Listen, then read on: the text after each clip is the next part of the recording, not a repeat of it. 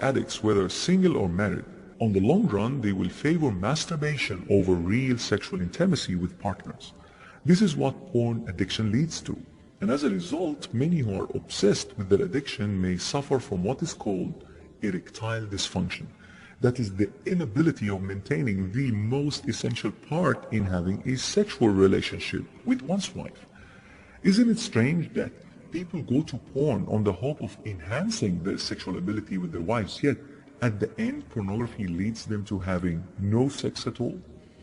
That tells you a lot about the reality and seriousness of the matter.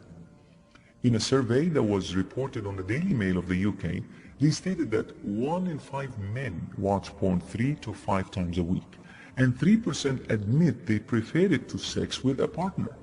They have also stated that watching porn is addictive in the same way as cocaine, with users building up a tolerance for hardcore content over time that leaves them unsatisfied with real-life sexual activity.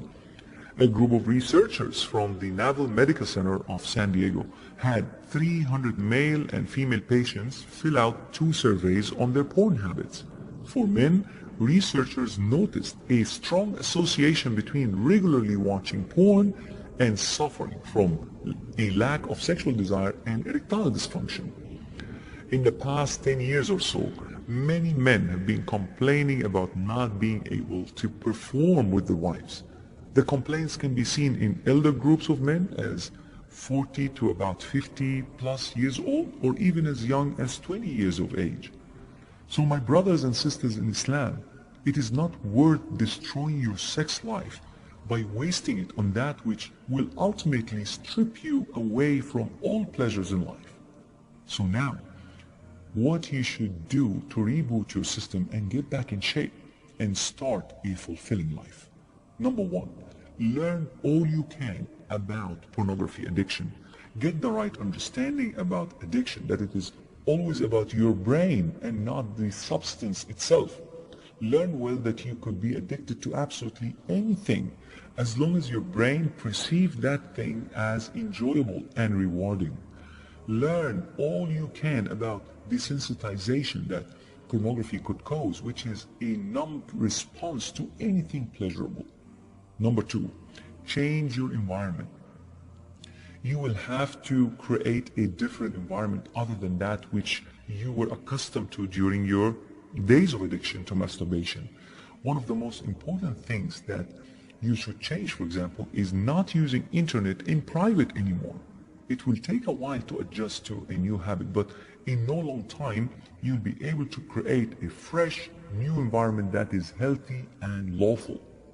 Number 3, replacement of the current habits. Whatever habit you would like to create should be productive and enjoyable to you.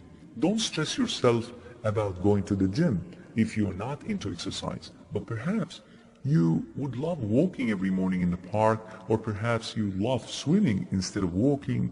Maybe reading or fishing is your thing. Whatever habit you wish to develop, it has to be productive and enjoyable so that you could be able to replace the old ones.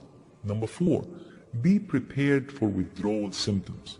Sometimes it is really hard for people to understand this period because they weren't prepared for it. But when you know that pornography could cause depression, anxiety, and irritation, and so on, you would at least calm down when these symptoms happen, because you simply have known and have understood and have studied why they happen. Number 5, find a support group to offer you help. There are many websites of that nature that could really create a difference in your life. Just knowing that you are not alone will provide you hope to fight harder and regain your strength and sexual life. You can check the community members of Fab, for example, where you can learn more and find the necessary support. Don't worry about when will you be able to quit. Just commit to quit, and the rest will be easy.